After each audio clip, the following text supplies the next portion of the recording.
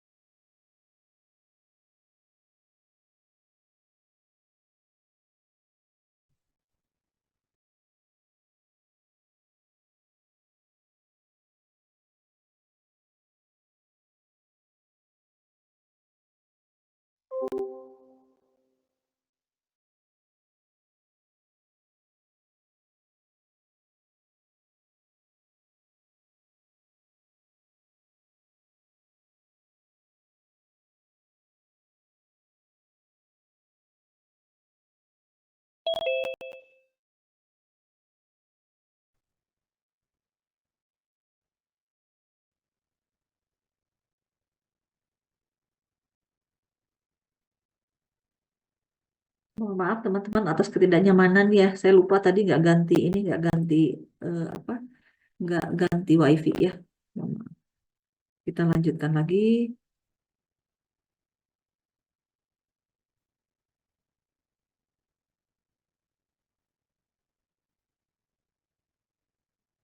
Tadi sampai ke sini ya. Sampai tindakan Pak. Tindakan pelayanan kegawat darurat. Pelayanan kegawat dauratan di pra fasilitas ya tadi ya. Halo, suara saya cukup terdengar? Betul, Ibu, sampai ke Oke, kita lanjutkan lagi ya. Itu tadi pelayanan kegawat dauratan. Jadi saya ulangi sedikit bahwa pelayanan kegawat dauratan ini dibagi dalam tiga ya. Ada pelayanan kegawat dauratan pra fasilitas, ada pelayanan kegawat dauratan fasilitas dan antar fasilitas ya. Pada saat pra fasilitas ini tindakan pertolongan yang diberikan itu tindakan pertolongan diberikan pada saat tempat kejadian atau di TKP ya. Jadi tindakan apa saja yang bisa kita lakukan pada saat eh, ada di TKP ya. Nah, kemudian tindakan yang kedua yang masuk fasilitas itu pada saat kita juga melakukan evakuasi medik. Jadi ini saya hanya konsep teorinya, nanti akan lebih dalam itu mengenai Gadar secara umum ya, BHD ya, bantuan hidup dasar. Nanti teman-teman juga akan dapat materinya tentang BHD ya. Nah, ini saya mengenai konsepnya saja. Nah, kemudian yang kedua ini di fasilitas atau intra fasilitas ya. Jadi tindakan pelayanan kegawat daruratan ini di fasilitas. Fasilitasnya di mana saja? Bisa di fasilitas kesehatan dasar ya. Fasilitas kesehatan dasar puskesmas ada ya, ada ruangan untuk tindakan kegawat daruratan. Biasanya kita tidak sebut UGD ya. Ya, semacam UGD tapi bukan UGD ya. Ruang tindakan kita Recording masukkan in ruang tindakan. progress. Di ruang tindakan ini ada UGD ya, itu untuk puskesmas, tapi kalau untuk rumah sakit, nah itu biasanya IGD kalau rumah sakit, instalasi, karena memang kalau rumah sakit kan eh, banyak sekali ruangan-ruangan untuk kegawat dauratannya, ada yang ponek untuk khusus maternal, ada juga yang lainnya ya, jadi makanya disebut kalau rumah sakit itu ruangannya adalah di IGD, instalasi gawat darurat ya. Nah, ini yang di intrafasilitas ya. Pelayanan gawat darurat yang diberikan kepada pasien dalam fasilitas pelayanan ini harus sesuai dengan standar. Seperti apa sesuai dengan standar? Nah, jadi sesuai standar itu satu standar yang dibutuhkan untuk memberikan pelayanan kegawat dauratan di fasilitas itu harus dilihat SDM-nya ya. SDM-nya juga harus mumpuni ya, mulai dari perawat, mulai dari bidan, mulai dari dokter ya, semuanya sudah dilatih ya. Kalau keperawatan itu kan bukan hanya BHD ya. Jadi ada pelatihan-pelatihan khusus kegawat dauratan. Kemudian sarana prasarana juga harus terpenuhi, obat-obatan maupun bahan habis pakai ya, BMHP dan alat kesehatannya. Nah, kemudian penanganan kegawat dauratan di intra fasilitas atau di dalam fasilitas ini juga bisa dilakukan di rumah sakit ya. Tentu saja kalau di rumah sakit ini lebih lengkap ya, dan di rumah sakit ini pelayanan kegawat darurat ini ada level-levelnya, ada level 1, level 2, level 3 dan level 4 ya. Nah, kemudian setiap pasien ini dapat mengakses langsung setiap level kategori penanganan kegawat darurat di intra fasilitas ini ya, dari pelayanan kesehatan di rumah sakit ya. Oke, kita lanjutkan. Nah, kalau sekarang masuk ke dalam antar fasilitas itu, jadi pelayanan kegawat daruratan yang ada di fasilitas kesehatan, baik fasilitas kesehatan dasar maupun fasilitas kesehatan di tingkat lanjut atau FKTRL, yaitu di rumah sakit. Tadi ya, yang masing-masing sesuai dengan kemampuannya terbatas ya, terbatas. Kalau di puskesmas di ruang tindakan, kalau di rumah sakit itu tadi di instalasi biasanya, dan biasanya kalau di rumah sakit ada level-levelnya ya, level-level kegawat dauratannya. Nah, kemudian yang ketiga ini antar fasilitas. Antar fasilitas ini ya, tindakan biasanya merupakan tindakan rujukan terhadap pasien dari satu fasilitas pelayanan kesehatan ke fasilitas pelayanan kesehatan yang lain yang lebih mampu sesuai dengan ketentuan peraturan perundang-undangan. Jadi ada beberapa misalnya gini, ada kasus kegawat dauratan ibu bersalin. Ibu bersalin, namun ibu bersalin ini dia membutuhkan fasilitas, misalnya fasilitas NICU ya, fasilitas NICU. Jadi ketika ada pasien dengan kegawat dauratan masuk ke dalam, misalnya dari rumah sakit, di rumah sakit ternyata tidak terpenuhi karena tidak memiliki fasilitas NICU misalnya, atau fasilitas alat-alat tertentu untuk perbaikan neonatus misalnya gitu ya, maka akan dilakukan rujukan. Nah, pelayanan kegawat dauratan menuju ke fasilitas rujukan, rujukan rumah yang lebih tinggi. Nah, itu adalah pelayanan kegawat darurat antar fasilitas. Jadi, ketika kita melakukan transportasi ya, pasien gawat darurat yang memerlukan rujukan ke fasilitas yang lebih tinggi ya.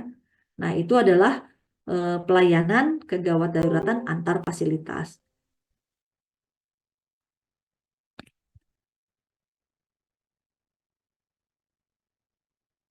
Ini mengenai kegawat daruratan, saya lanjutkan lagi. Bentar, saya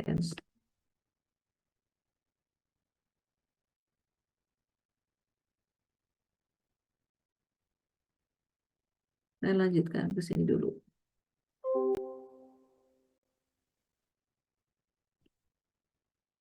Eh,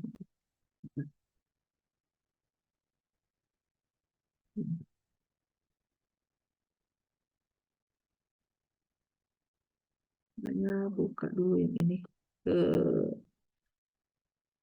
Karena waktunya sebentar, jadi saya hanya konsepnya saja. Saya lanjutkan dulu ke resiko ya.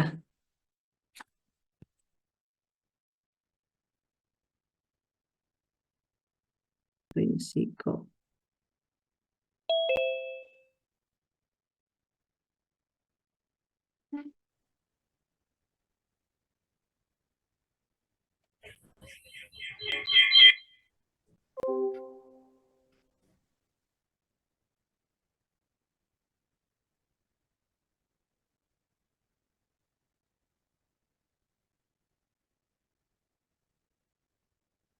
Izin ini sesuai dengan permintaan itu ya. Jadi nanti saya akan bahas di akhir. Di akhir itu asuhan kegawat daruratan ya pada maternal neonatal ya. Jadi saya lanjut dulu ke sini supaya waktunya cepat karena di RPS-nya ada deteksi risiko dan risiko tinggi ya. Oke, kita mulai lanjutkan lagi. Saya skip dulu ya gawat darurat ya, tapi nanti juga berkaitan dengan faktor risiko dan risiko tinggi ini juga ada kegawat daruratan ya. Saya lanjutkan. Oke, saya skip. Nah, sekarang masuk ke risiko tinggi ya. Faktor risiko tinggi. Kita berawal dari kehamilan ya. Jadi risiko tinggi itu adalah kondisi yang dapat menambah satu kondisi yang dapat menambah risiko terjadinya kelainan atau ancaman maupun kalau dinipas ibunya ya. Kalau dinipas ibunya, kalau di bayi baru lahir bayinya. Jadi faktor risiko tinggi adalah suatu kondisi yang dapat menambah risiko terjadinya kelainan atau ancaman bahaya baik pada ibu maupun janin. Ya, itu risiko tinggi. Nah, mulai dari kehamilan, ya, ini ada beberapa risiko pada kehamilan yang merupakan penyebab tidak langsung dalam kematian pada ibu. Ini penyebabnya ibu hamil, seorang ibu yang hamil ini tergolong pada kehamilan risiko tinggi, yaitu ibu hamil dengan penyakit penyerta, ya. Kemudian ibu hamil dengan anemia, malnutrisi, adanya riwayat buruk pada kehamilan dan persalinan yang lalu, ibu hamil dengan tinggi badan kurang dari 145, ya. Sebenarnya kalau tinggi badan ini faktor resiko ya, bukan kehamilan risiko. Penyakit penyerta, anemi, malnut ya. Kemudian riwayat buruk pada kehamilan dan persalinan yang lalu. Kalau ibu hamil dengan TB kurang dari 145 ini sebetulnya bukan masuk ke resiko tinggi tapi faktor resiko. Nanti kita akan lihat dulu ya. Bisa membedakan kalau di KSPR. Saya sedikit akan membahas KSPR karena terkait dengan materi yang harus disampaikan ada faktor risiko tinggi ya. Nah, KSPR atau yang disebut dengan kartu skor Puji Rohyati ini salah satu tools ya, tools atau alat yang untuk mendeteksi atau untuk men-screening ya, alat untuk mendeteksi atau alat screening pada saat pemeriksaan antenatal yang berbasis keluarga. Jadi harapannya dengan kartu skor ini keluarga yang dekat dengan ibu tidak harus tenaga kesehatan. Jadi deteksi risiko itu tidak harus oleh nakes, tapi bisa juga oleh masyarakat, termasuk di dalamnya bukan hanya oleh kader, tapi oleh keluarga ya, salah satu bagian dari masyarakat. Untuk apa? Untuk menemukan faktor risiko ibu hamil yang selanjutnya, kalau udah dapat faktor risiko ibu hamil, selanjutnya bisa mempermudah untuk pengenalan kondisi untuk mencegah terjadinya komplikasi obstetrik pada saat persalinan. Ya.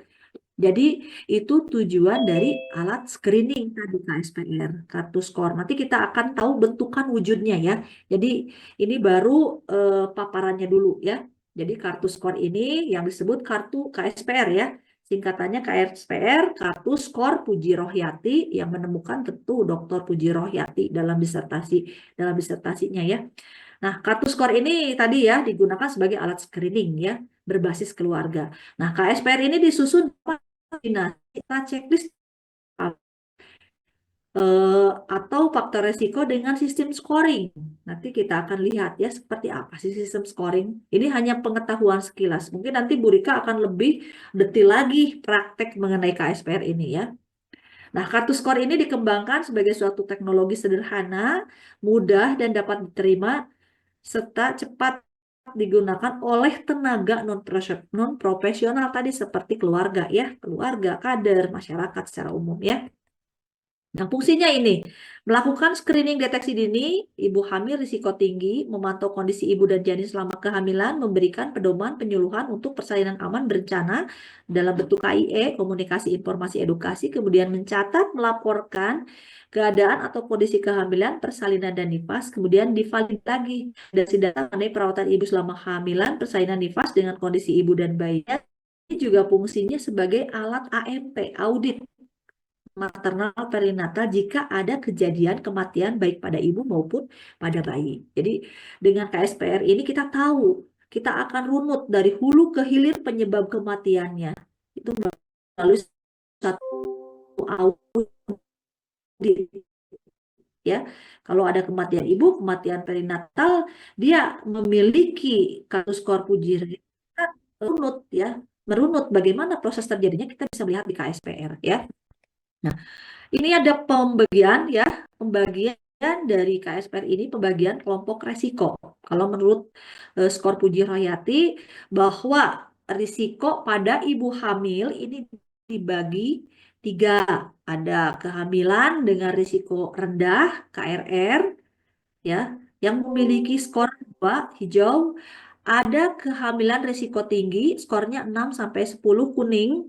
Ada kehamilan risiko sangat tinggi atau KRST.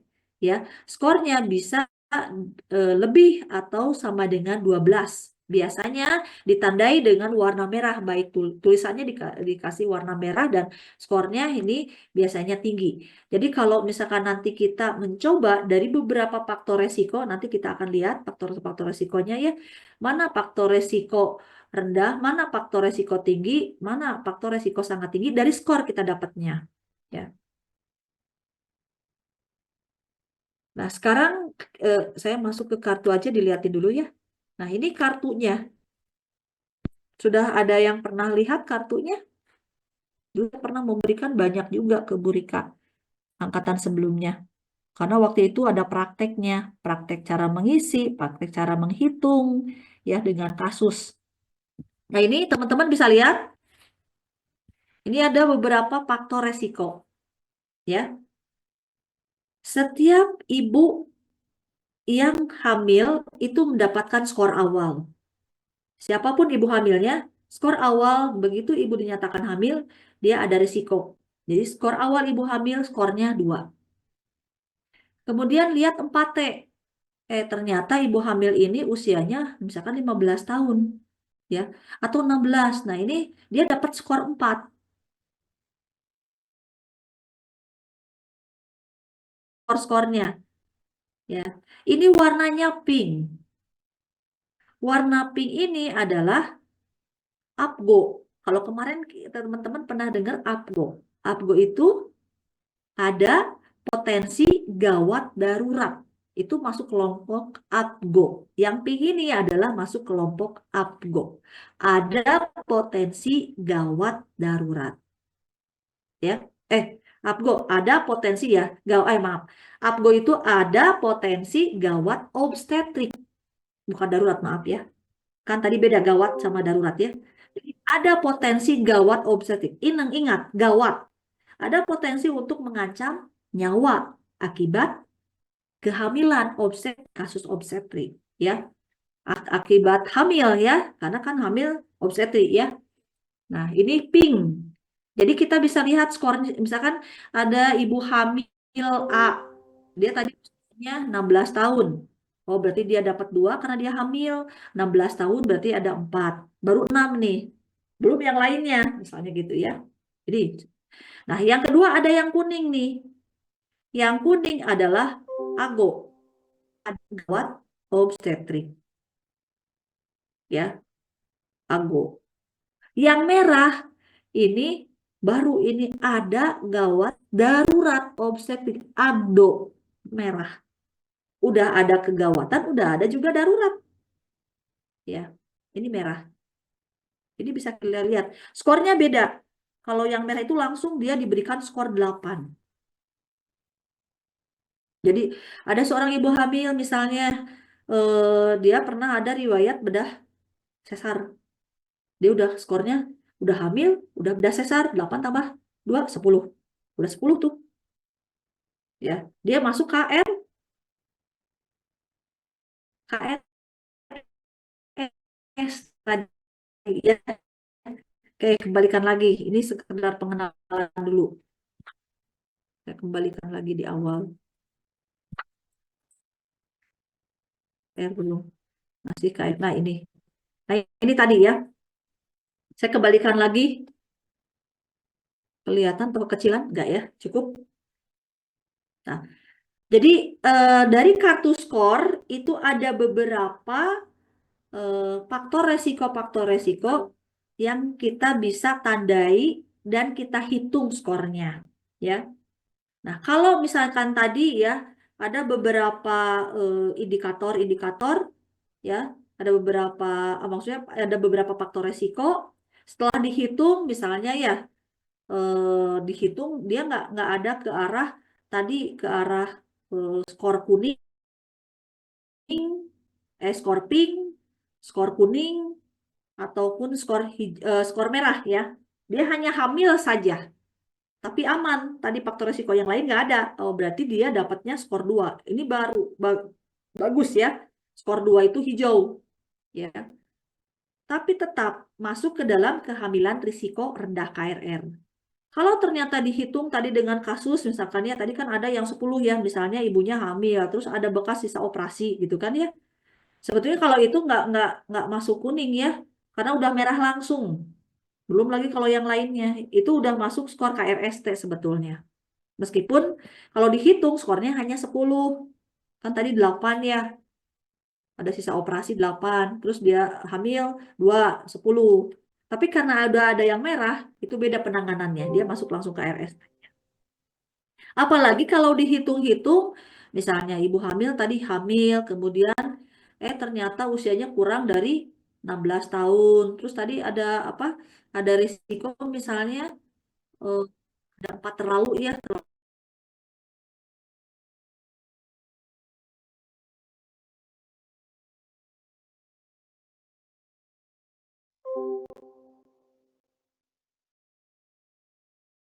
9, 10. Nah, masuk kuning gitu ya.